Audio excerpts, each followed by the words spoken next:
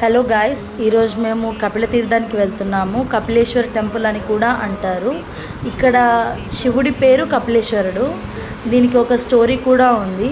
ఒకరోజు కపిల మహర్షి పాతాళంలోకి వెళ్ళి శివుడి కోసం తపస్సు చేస్తుండగా శివుడు స్వయంభూగా ఇక్కడ కనిపించారంట, వెలిసారంట.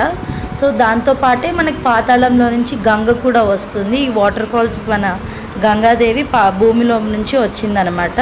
సో సమ్మర్ కాబట్టి వాటర్ ఫ్లో కొంచెం తక్కువగా ఉంది.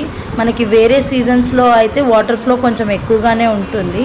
అండ్ ఇక్కడ మనకి కపిలేశ్వర స్వామి టెంపుల్తో పాటు లక్ష్మీనారాయణ స్వామి టెంపుల్ అండ్ నరసింహస్వామి టెంపుల్ కూడా ఉంటుంది. ఇక్కడ కపిలేశ్వర స్వామి కామాక్షి అమ్మవారితో కలిసి వెలిసారనమాట. ఇక్కడ చాలా బాగుంటుంది వెదర్ కూడా. అండ్ ఈరోజు మేము వెళ్ళినప్పుడు వెదర్ మాత్రం చినుకులు పడుతూ చల్లగా హాయిగా అనిపించింది. దర్శనం కూడా బాగా